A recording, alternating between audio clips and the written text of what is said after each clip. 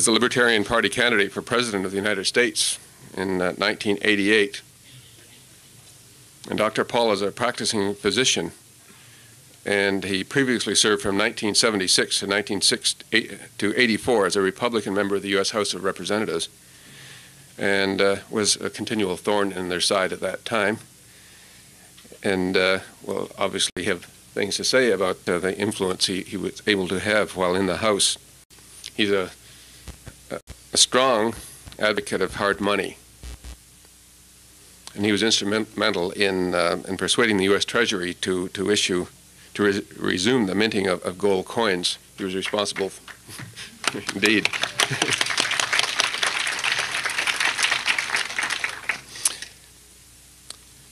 And he is founder of the Foundation for Rational Economics and Education, FREE. The acronym is FREE, in Houston, Texas. And it gives me a great deal of pleasure to introduce Dr. Ron Paul.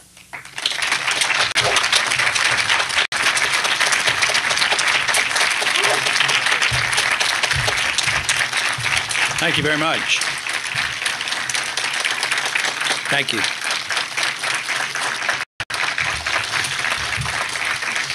Thank you. I'll quit while I'm ahead. Thanks a lot. It's real nice to be here, and I appreciate the invitation to come. Jim Perrin extended the invitation personally, and I'm delighted to be here. Before I get started in my remarks, I would like to recognize some good work by Tony Nathan, who's been working with the public relations. She heard the other day that I was going to Washington to do a little bit of filming for my television program at the end of the month, and did get me onto C-SPAN for a 45-minute call-in program on libertarian ideas. So you might look for that, and that's going to be helpful. C-SPAN, you know, has been very fair to the libertarians. They were very fair, certainly during the campaign. Somebody once told me that if only the viewers of C-SPAN voted, I would have done a lot better in 1988.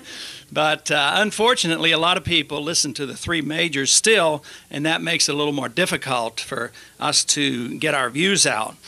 But certainly it is important learning from our mistakes and learning from what we do right and learning from those who have been involved in the political arena on how to sell political ideas, the libertarian message, to get average America to endorse what we believe in.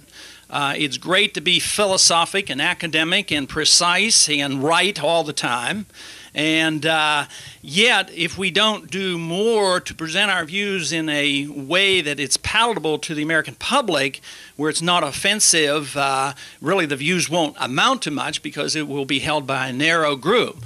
So I've dedicated a lot of my time and energy over the last couple decades to trying to take libertarian views and making them so that the average person accepts them without thinking that they're accepting anything unusual. But that at times can be quite a challenge. During the campaign of 1988, there was one episode that certainly encouraged me. There were a lot of events that were exciting, but the time that we met at Faneuil Hall in Boston was certainly one that I remember very clearly. The part that I generally don't want to remember is, the precise number of votes that we got. But, if you analyze it carefully, there's no reason to be totally negative about that either, because James Buchanan quoted me as saying that Kilpatrick quoted me as saying that if we took all the people who endorsed the Libertarian Party view and all those who rejected the Republicans and Democrats, we're in the large majority. So there are a lot of people who have now rejected the conventional politics and the conventional wisdom of Washington and Republicans and Democrats. And we certainly have to build on that because we have an answer. It's just that we have not been successful in delivering this message to the American people in a broad manner.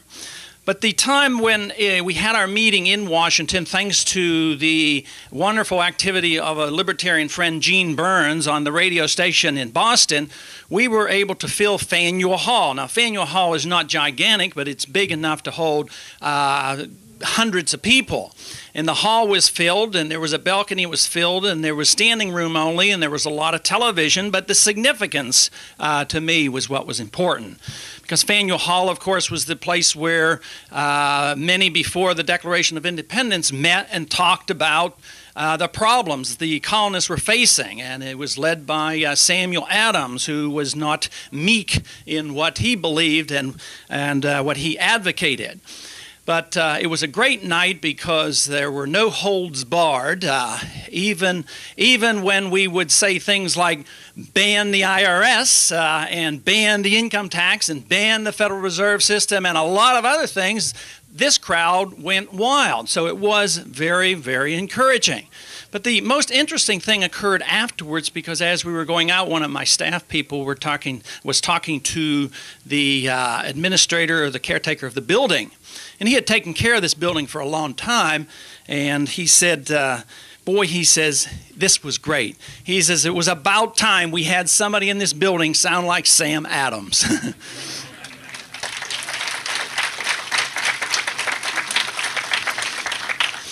I was first introduced to the ideas of libertarianism in the 1960s. I believe very sincerely I was born a natural libertarian. Then I went to public schools and something happened. But by the 1960s, I had to re-educate myself, cancel out many of the ideas pumped into my head by the media and by the schools, and finally I again arrived at a position which is called libertarianism. And as the 60s passed through, with the influence of the war in Vietnam and some of the economic conditions building, it was by the end of the 60s that it was clear to me what the philosophy ought to be to offer an alternative to what we had and have in this country. In 1974, I first ran for Congress. That was my first race for Congress. I was first elected in '76. I left Congress at the end of 1984. So there was a span there of approximately 10 years of running regularly for office. During those campaigns, I did endorse entirely the libertarian philosophy. Of course, even within this room, there may be some disagreements on the preciseness of that definition, but nevertheless, for general purposes, I endorsed the philosophy and was capable of winning elections and not having opponents even the last time by taking the positions that I take now, including that on drugs in a Bible Belt area.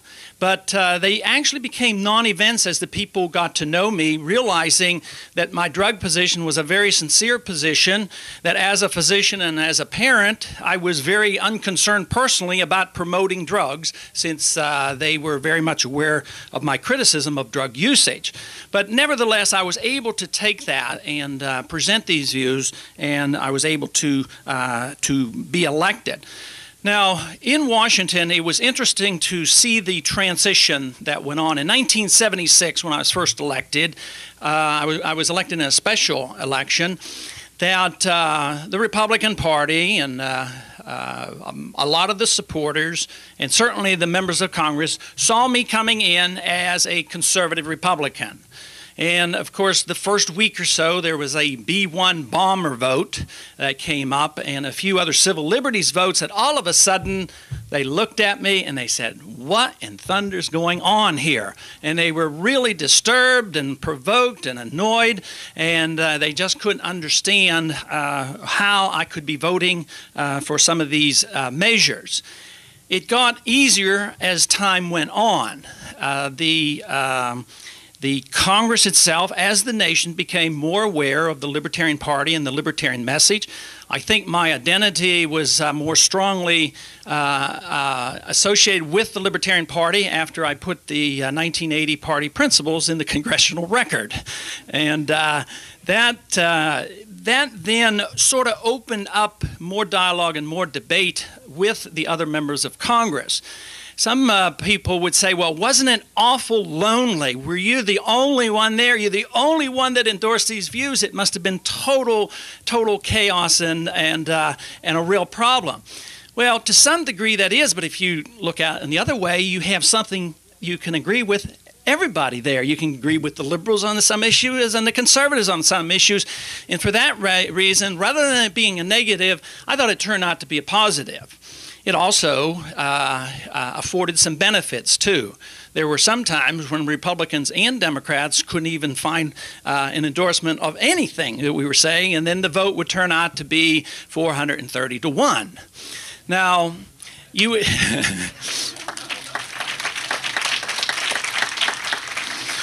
Now, you would think that if you're voting by yourself and there's one vote, it makes no difference. Who cares? You're one person. But you know, your vote as an individual, as one person, was much more valuable, because the media would say, hey, why did you do this? Well, I mean, it narrowed it down. They had to ask me why I did it. So there were some benefits, and it also allowed. In a way, I saw it as some fun, because you got to play this game, realizing that if you recognize you're not going to change the world and you're in that situation, then it's not so bad. If you go as a libertarian to Washington and think you're going to make Congress libertarian, you might as well forget it. You won't sleep at night very well, because you'll be very frustrated and not much will happen.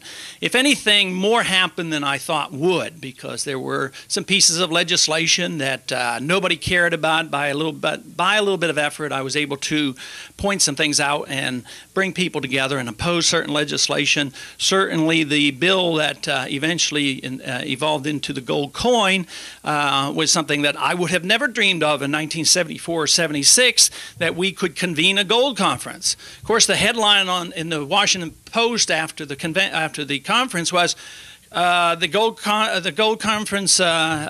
Commission has rejected the gold standard.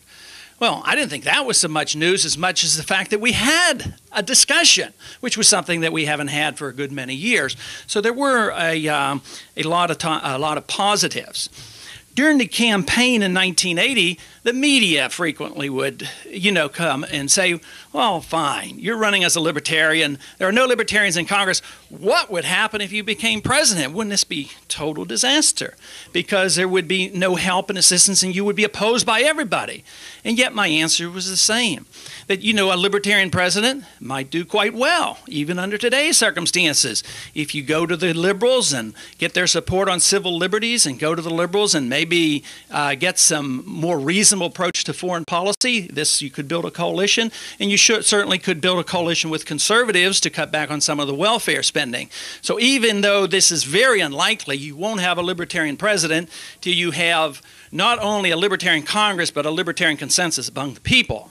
So ultimately, it's the changing of people's viewpoints that really counts, so that the Congress reflects those viewpoints, and then, of course, endorse the president. But even theoretically, under today's circumstances, a libertarian president could do a lot better job than those guys are doing up there right now.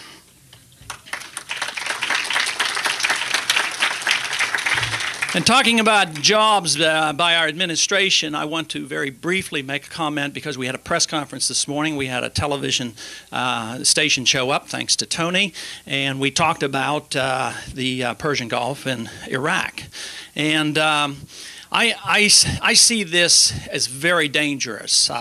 I made a comment in my weekly or my monthly report this coming month that actually events are moving more rapidly than I had once thought, and I'm considered one who's waving flags and warning and saying that we're on a course of financial disaster, and we're on a course of political chaos in this country unless we change our ways.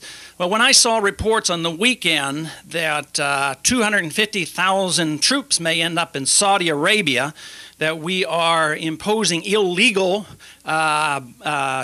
boycotts or on the Iraq nation, when we still have 3,000 Americans behind those lines, I mean, we're looking for a lot of trouble. And then seeing the large hospital ship with 1,000 beds on them moving out to the Persian Gulf, I think things are moving rather rapidly, when just a few months ago we were concentrating on the breaking up of the Soviet Empire and the need to cut way back on the military. But now we see an orchestrated effort to build up the military again, and several major programs, including Ted Koppel's program to justify the need for more CIA activity around the world, rather than the opposite of saying we need less of that. So we do live in perilous time. We live in exciting times, and we see things changing behind the Iron Curtain, the disintegration of the Iron Curtain. But until man becomes perfect, we are going to have many of these problems, and we're certainly going to face them. And unless we clean our own house here at home, we are hardly going to be able to be good examples for around the world. But the obvious activity that we're pursuing in Saudi Arabia right now, I think no matter what kind of justifications by the president for national security interests, whatever that is, I say that for national security interests, we ought to bring all those troops home.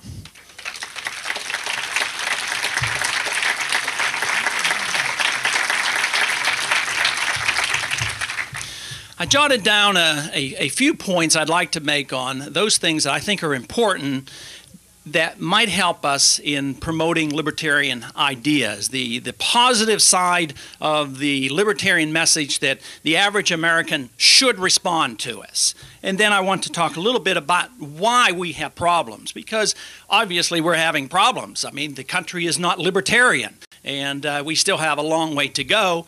And the message is right, we all know that, so maybe there's something wrong with our delivery. First point I want to make is that I think it's important that we emphasize to non-libertarians that our philosophy is based on a moral principle.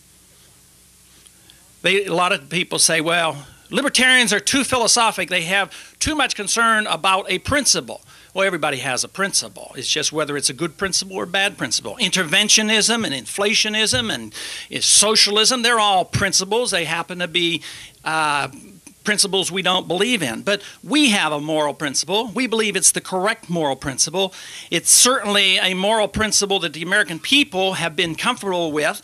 It has to do with the individual. It's the emphasis that the individual is important. And this is compatible with most religious beliefs in this country, that the individual is key, that the individual has rights, has natural rights or God-given rights, and the individual is very important. I believe if we can convince people that we start there, it'll be very helpful in presenting the other program, because those words aren't antagonistic, they're not threatening. They're views that the American people generally endorse anyway. They believe in God-given rights. They believe that the Creator gave us our rights. It's written into our Declaration of Independence, and people are very comfortable and feel that the individual should be important. They do get confused when it comes to making people better and making the economy better, but that basic principle, if we accept that where we start, we can lead into the others. Another principle that we're all familiar with, I think, should be emphasized to non-libertarians, and that is that we're not aggressive. We have sometimes an aggressive nature about what we believe in, which at times can come across negative.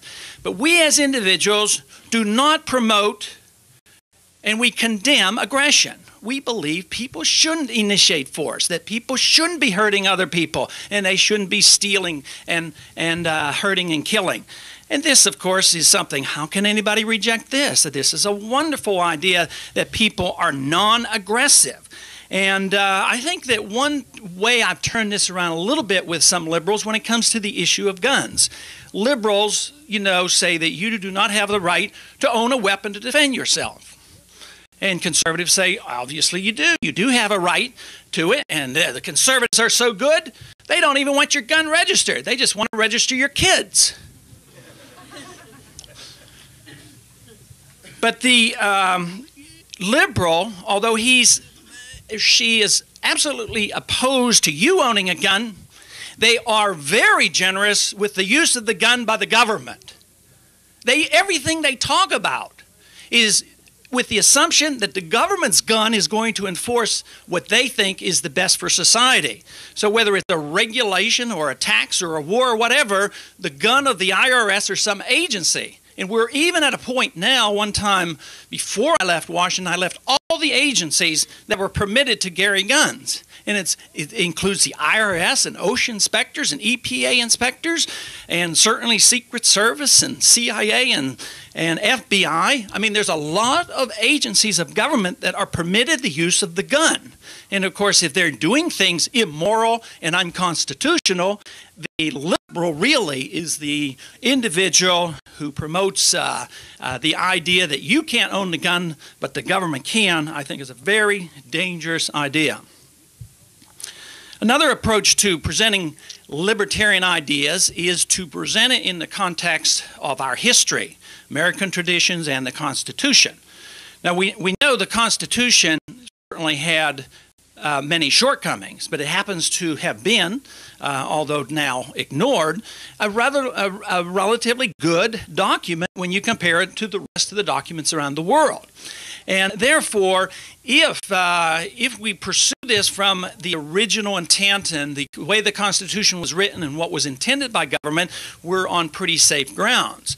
Now, many of you will recall the name Larry McDonald. Larry McDonald was not a libertarian. Matter of fact, he had some negative things to say about libertarians. But he was a constitutionalist. And it was not unusual while we were there that he and I would vote together. But he was a principled person, and he approached it from the Constitution. And if there came up a project, something like voting federal aid for the treatment and the cure of diabetes, how can you be opposed to that? Then every once in a while, Dr. McDonald and Dr. Paul was voting up there with the superficial appearance that they don't even care. But obviously, he was coming at it from a different viewpoint. So there's no reason in the world why we can't utilize that and say that, yes, our viewpoints aren't new and strange and bizarre and radical. Ours are very conventional. They're constitutional. They're part of the American tradition. We're not the radicals. The radicals are the ones who are in charge in Washington today.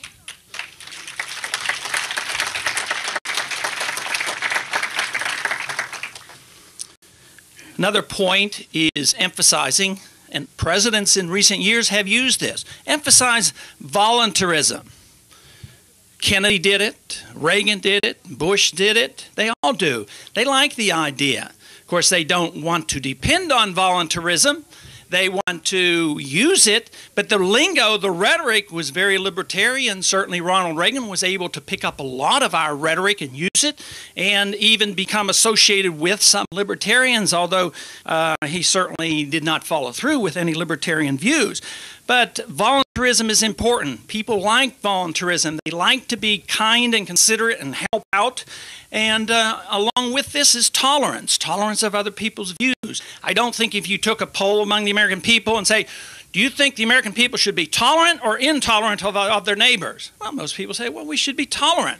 Well, when they accept that as a fact, then we have to push them a little bit further in saying, well, tolerance means that you accept them even when they do things or say things or read things that you might not like or do yourselves. So tolerance is a little bit more than just something that you give lip service to.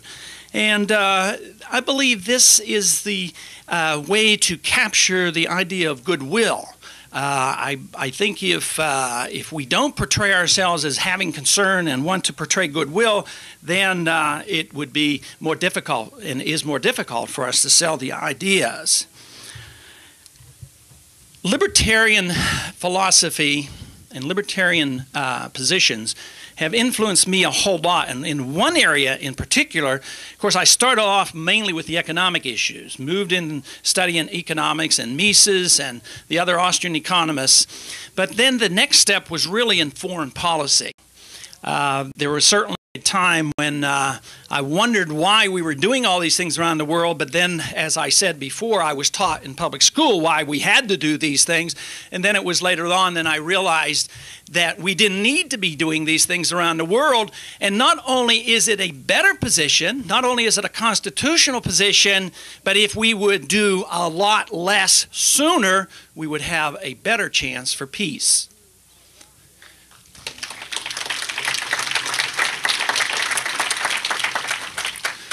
The American people want peace.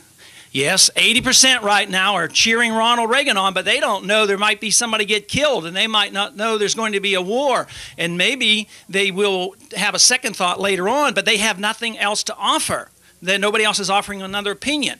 I was flying over on the airplane yesterday from Houston, and the gentleman next to me struck up a conversation because he saw my name on an envelope. And he, thanks to Jim Perrin, he says, "Oh yeah," he says, "I know Ron Paul for president because I see that sign down in San Francisco." And so we got to talking, and I wanted his opinion. I wanted to see what he was thinking about the Mideast. He says, "Well, I can see both sides, you know." He says, "I see that there's some risk, but I see the necessity of going in, you know." But then he immediately followed up, and he says, "What do you think?" And he was really looking for information. I mean, he was more or less starved for it. And it was all acknowledgement. You know, he said, "Yeah, that's right, that's right, that's right." But has he heard our view on television? No, our view doesn't get on television very often. And yet it makes a whole lot of sense. And the American people, if they realize that long-term peace is better achieved with our policy than with the policy pursued by all the administration this century, they will come to us. They're convinced that it's in American national interest and for world peace for us to send 250,000 men halfway around the world to jeopardize the lives of American citizens and soldiers and, of course, everything else that might follow. But the emphasis on peace, I think, should be something we should not forget about. The libertarian principle accepts two traditional principles that have been known for thousands of years. And they're basic, they're fundamental, they're in civilization, they're in our major religions. And yet they're key to the libertarian philosophy. And that is the recognition that life and property are important. We know that we as libertarians cannot initiate force, we can't hurt people, and we can't steal from them. Their property is very important. And along with that is, if you have the market process working, you ought to have a strong respect for voluntary contractual arrangements. And if you agree to do something, you do it. And if there is a role for government, it would be in this very narrow sense to making sure that people do fulfill their obligations and not cheat and steal and defraud. Now, these sound so basic, and yet they're so important if they're carried through to the ultimate end. But these are not new ideas. I mean, you can go to the Ten Commandments, thou shalt not kill and thou shalt not steal, and obviously they're embedded, and the idea that you do what you say is part of the libertarian philosophy, and something really, if put in the proper context, people cannot deny. And yet today we have government interfering with voluntary contracts on a daily basis. There's really no such thing in this country that really can be construed as a voluntary contract, because they're telling us everything that we have to do in our economic and our social lives. Another area that I think where we come down on the short end, and probably the most difficult for libertarians, and where we get the most grief on, and we get the most negative publicity, and that is the social acceptability. The people that I know who are non-libertarians, who just know a little bit about libertarians, I'm not saying that criticism is justified, but it's there. You can't deny that it's there. They will come and say, "Oh, yeah, libertarians, they're the ones who like pornography, prostitution, gambling, and drugs, and you're associating with them."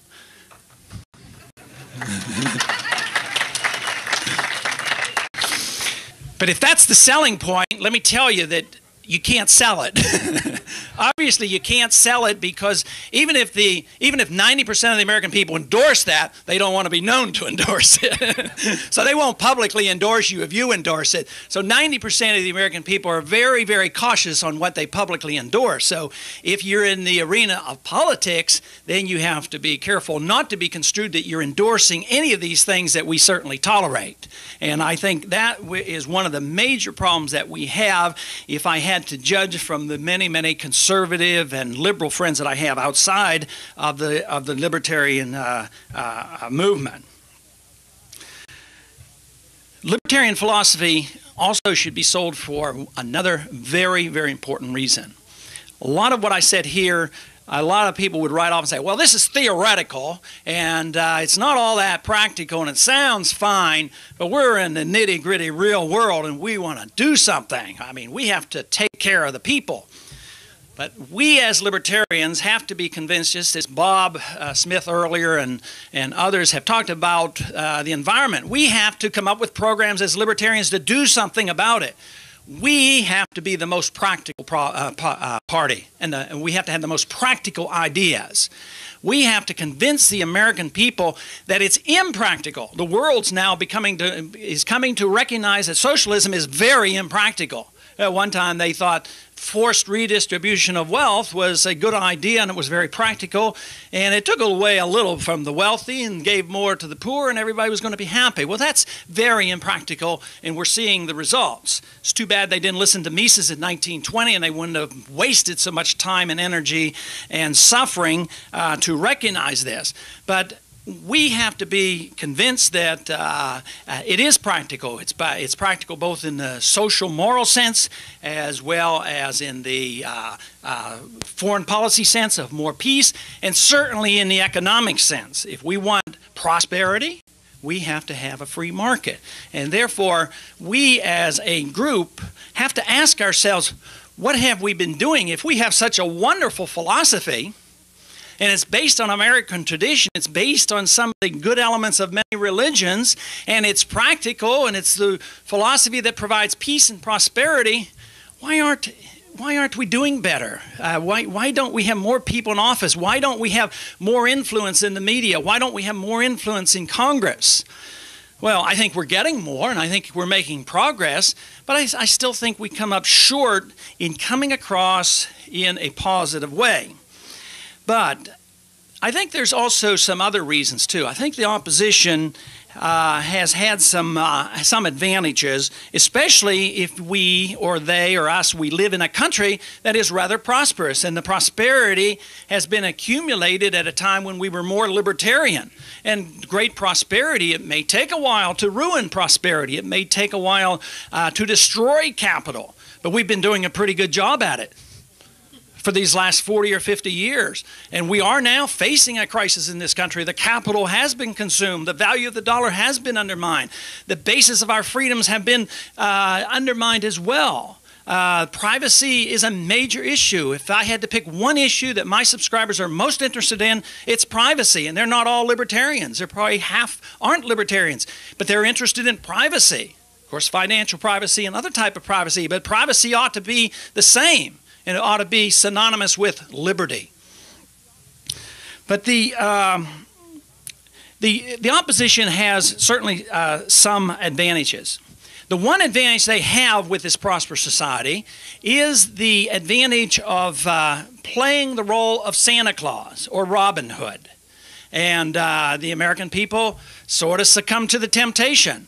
There is always a temptation among men to receive goods and services with less than full effort. That temptation will exist throughout the history of man, has and will.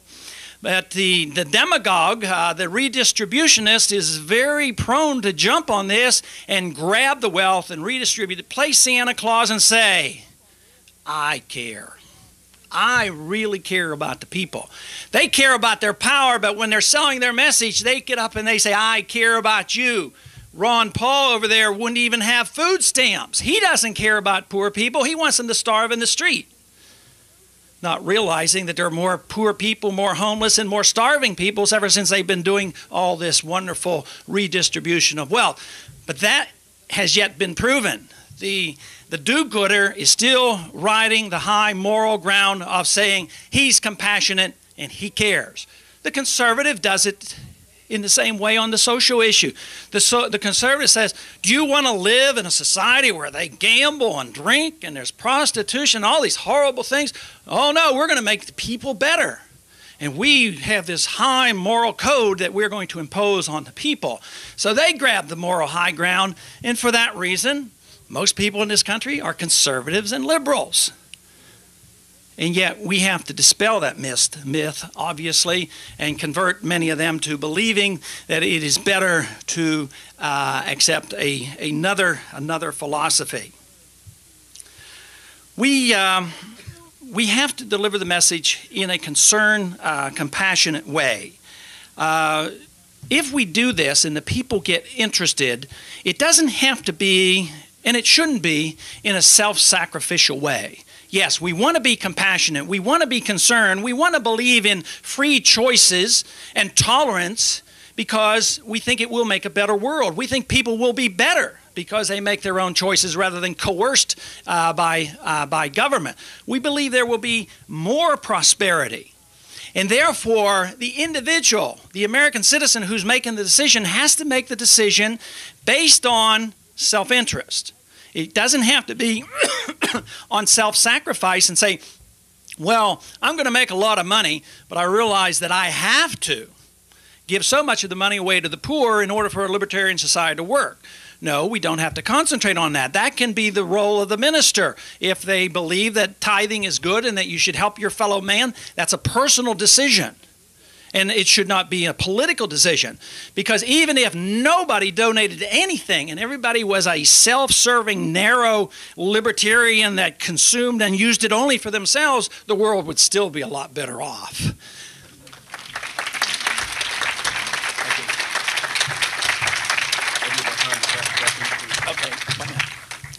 The world would certainly be a lot better off under those circumstances, but politically we're better off if we can come across as being compassionate and concerned.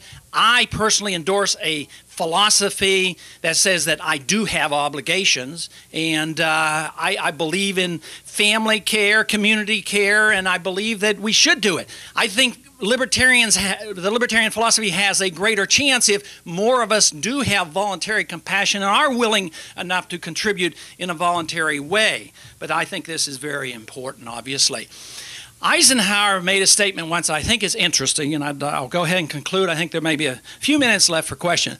Eisenhower made a statement. He said, you know, he got a lot of criticism for not standing up and being an ultra-conservative and ultra-liberal, and he admitted he walked down the straight and narrow middle road.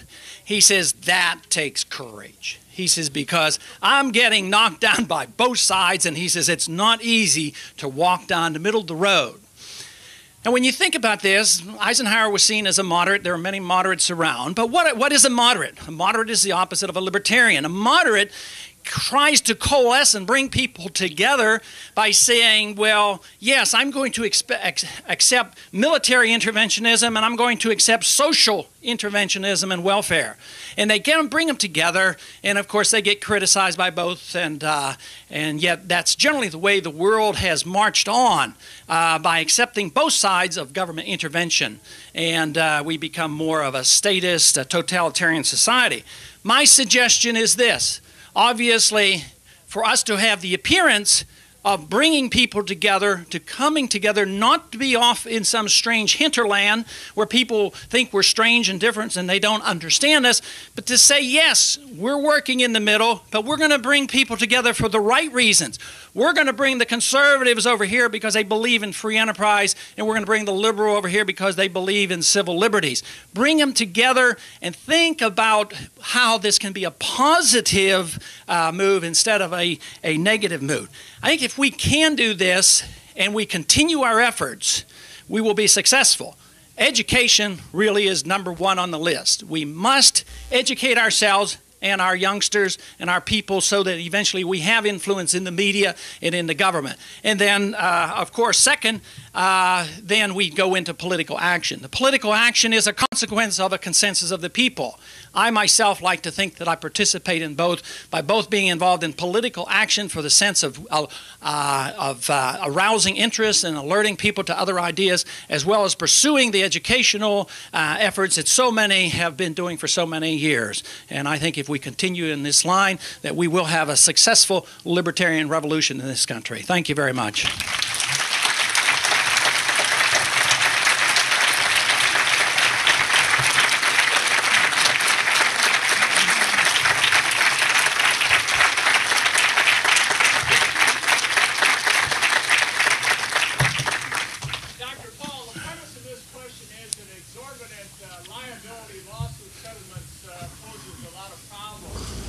In that context, in the context of your remarks about contractual arrangements between people, the government honoring that, would you favor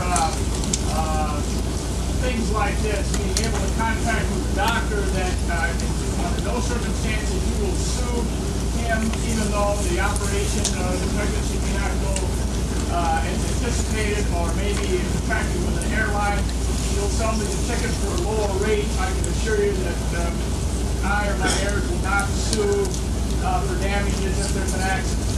I would endorse that concept. I think it is the malpractice problem in medicine is a major problem, and it's also in many other areas of litigation. But it should be done with the least amount of legislation by the acceptance of the principle of voluntary contracts. Today, if I contract with my patient that we will settle the dispute in such and such manner, whether they would go as far as that and saying they won't sue, they might accept an arbitration panel, they're thrown out of court. They're not allowed to sign those, and it's considered that they've signed away their inalienable rights. And therefore they're not legal. But I would accept your notion. I think there would be, the filler would be insurance. I think in malpractice, if the patient came around to finding which physician they can get the best contract with, and then if they don't have complete coverage, if there's a major catastrophe, then there should be flight insurance or surgical insurance that would cover this. The project, will you be running for office again? And either way, how can we assist you?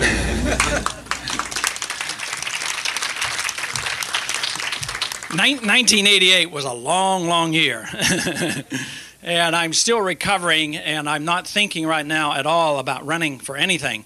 My current project, of course, is trying to put together 13 cable-type libertarian programs. We have 7. We've been on the air. We will get back on the air again in the fall, and hopefully we'll have all 13 because that's a season.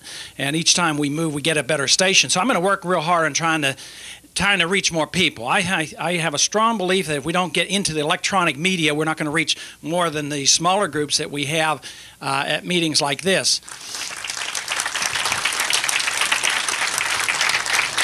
So you could help me by encouraging my television, but someday, maybe down the road, I might consider, but not right now. I'd like to talk about Nancy Lord.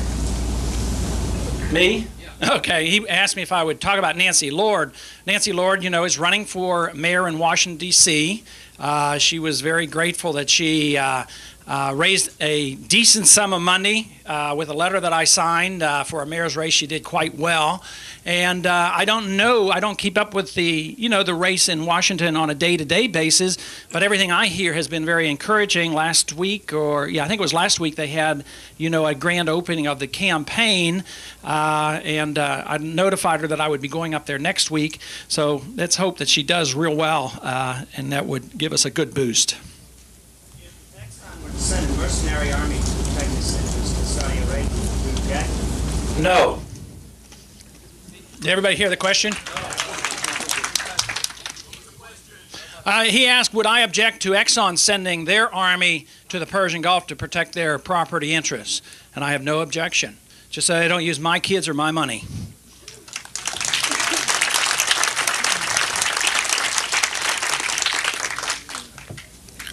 We'll take one more, and I think we'll have to quit. Is that it, Vince? Well, you indicated that over the last 50 years you think that we've been living off or reducing our capital stock. But most economic data would seem to indicate the contrary. Personal income adjusted for inflation is up widely, perhaps 4 times. Personal wealth is up. Capital stock is up. Could you tell us why you believe that we can diminish our capital stock? I think our standard of living is down. I think we are less capable of producing steel and other things in this country than we have ever been. Certainly one source of soundness to an economy would be the soundness of a currency, and we have a very weak currency. There's really no true savings in this country. Savings represents capital, not the Federal Reserve and what they do with the printing press. So I see that we have been drifting into an anti-capitalistic system where we aren't producing and saving. We are consuming and borrowing. So I think what some of these figures that the government may report is a reflection of the fact that we were able for now borrow money at a cheap rate and took a little pressure off the Federal Reserve, and therefore it looks like income has gone up. But I don't think the American people as a whole are a lot better off. I believe the liberal statistics that show that there are more people in the poor category and more people in the streets than there were 10, 15 years ago. So I see our nation as poorer and less capable of producing and have a dangerous amount of debt. Just a short. Okay. Was it libertarians in the U.S. Congress? Do you know also? Oh, that's a good question. Are there any closet libertarians in the Congress? Not in the true sense of the word, but one thing I meant to mention at the opening and I didn't mention was that the congressmen came to be very respectful of the message, and they would frequently come to me and say, you know, what is the libertarian message? And many of them had a guilt complex and would come and sit down. Mickey Edwards, being one in particular, would sit down and say, you know, if they had been introduced to the ideas, they know it's a good thing. And they'll say, you know, I'm really a libertarian. I'd like to vote with you, but the heat's too strong for me at home. So they got around to the point where it was always a positive to say you were a libertarian, but they would like to be libertarians, but they don't have the courage to be. If there happened to be one of these statistical analysis, a voting record, if an individual who would not generally be associated with a so-called conservative Republican would all of a sudden rank high, which was a more libertarian analysis, they would be very delighted to come and say, hey, look at this, you know, I'm right with you.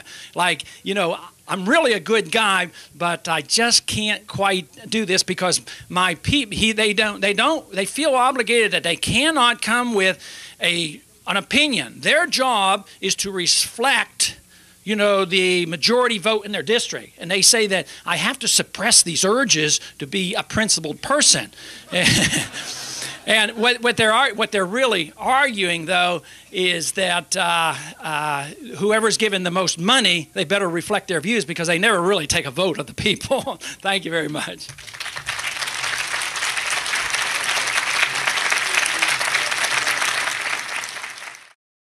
The time that we met at Faneuil Hall in Boston was certainly one that I remember very clearly. The part that I generally don't want to remember is, you know, the precise number of votes that we got. But, you know, if you analyze it carefully, there's no reason to be totally negative about that either, because James Buchanan quoted me as saying that Kilpatrick quoted me as saying that if we took all the people who endorsed the Libertarian Party view and all those who rejected the Republicans and Democrats, we're in the large majority. So there are a lot of people who have now rejected the conventional politics and the conventional wisdom of Washington and Republicans and Democrats. And we certainly have to build on that because we have an answer. It's just that we have not been successful in delivering this message to the American people in a broad manner. But the time when we had our meeting in Washington, thanks to the wonderful activity of a libertarian friend, Gene Burns, on the radio station in Boston, we were able to fill Faneuil Hall. Now, Faneuil Hall is not gigantic, but it's big enough to hold hundreds of people. And the hall was filled, and there was a balcony, it was filled, and there was standing room only, and there was a lot of television, but the significance to me was what was important. Because Faneuil Hall, of course, was the place where many before the Declaration of Independence met and talked about the problems the colonists were facing, and it was led by Samuel Adams, who was not meek in what he believed and what he advocated. But it was a great night because there were no holds barred. Even when we would say things like ban the IRS and ban the income tax and ban the Federal Reserve System and a lot of other things, this crowd went wild. So it was very, very encouraging. But the most interesting thing occurred afterwards, because as we were going out, one of my staff people was talking to the administrator or the caretaker of the building. And he had taken care of this building for a long time, and he said, boy, he says, this was great. He says, it was about time we had somebody in this building sound like Sam Adams.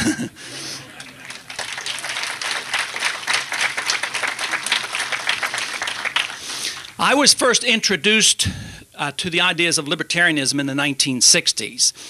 I believe very sincerely I was born a natural libertarian. Then I went to public schools and something happened. But by the 1960s, I had to re-educate myself, cancel out many of the ideas pumped into my head by the media and by the schools, and finally I again arrived at a position which is called libertarianism. And as the 60s passed through with the influence of the war in Vietnam and some of the economic conditions building, it was by the end of the 60s that it was clear to me what the philosophy ought to be to offer an alternative to what we had and have in this country. In 1974, I first ran for Congress. That was my first race for Congress. I was first elected in '76. I left Congress at the end of 1984. So there was a span there of approximately 10 years of running regularly for office. During those campaigns, I did endorse entirely the libertarian philosophy. Of course, even within this room, there may be some disagreements on the preciseness of that definition, but nevertheless, for general purposes, I endorsed the philosophy and was capable of winning elections and not having opponents even the last time by taking the positions that I take now, including that on drugs in a Bible Belt area. But they actually became non-events as the people got to know me, realizing that my drug position was a very sincere position, that as a physician and as a parent, I was very unconcerned personally about promoting drugs, since they were very much aware of my criticism of drug usage. But nevertheless, I was able to take that and present these views, and I was able to be elected. Now, in Washington, it was interesting to see the transition that went on. In 1976, when I was first elected, I was elected in a special election, that the Republican Party and a lot of the supporters, and certainly the members of Congress, saw me coming in as a conservative Republican. And, of course, the first week or so, there was a B-1 bomber vote that came up and a few other civil liberties votes that all of a sudden they looked at me and they said, what in thunder's going on here? And they were really disturbed and provoked and annoyed, and they just couldn't understand how I could be voting for some of these measures. It got easier as time went on. Heard the other day that I was going to Washington to do a little bit of filming for my television program at the end of the month, and did get me onto C-SPAN for a 45-minute call-in program on libertarian ideas. So you might look for that, and that's going to be helpful. C-SPAN, you know, has been very fair to the libertarians. They were very fair, certainly during the campaign.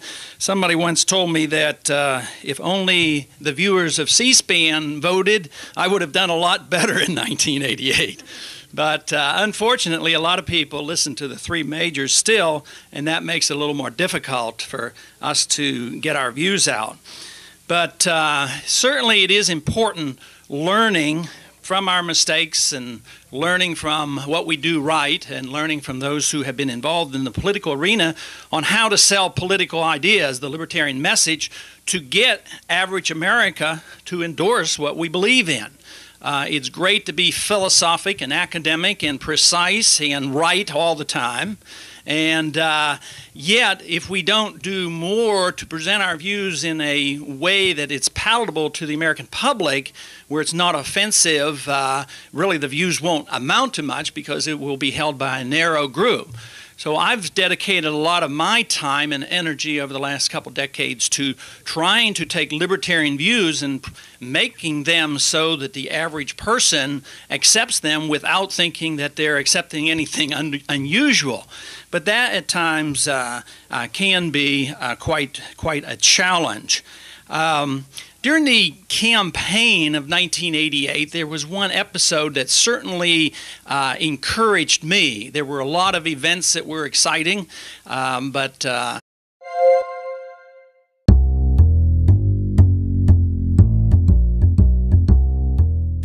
He was the Libertarian Party candidate for President of the United States in 1988. And Dr. Paul is a practicing physician, and he previously served from 1976 to 1984 as a Republican member of the U.S. House of Representatives, and was a continual thorn in their side at that time. And will obviously have things to say about the influence he was able to have while in the House. He's a strong advocate of hard money, and he was instrumental in persuading the U.S. Treasury to resume the minting of gold coins. He was responsible, indeed.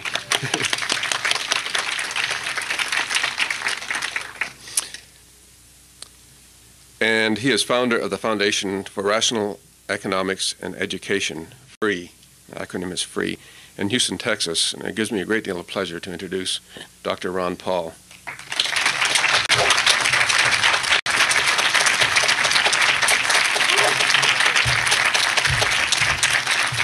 thank you very much.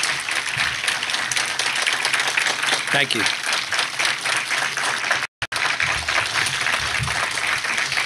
Thank you. I'll quit while I'm ahead. Thanks a lot. It's real nice to be here, and I appreciate the invitation to come. Jim Perrin extended the invitation personally, and I'm delighted to be here. Before I get started in my remarks, I would like to recognize some good work by Tony Nathan, who's been working with the public relations. She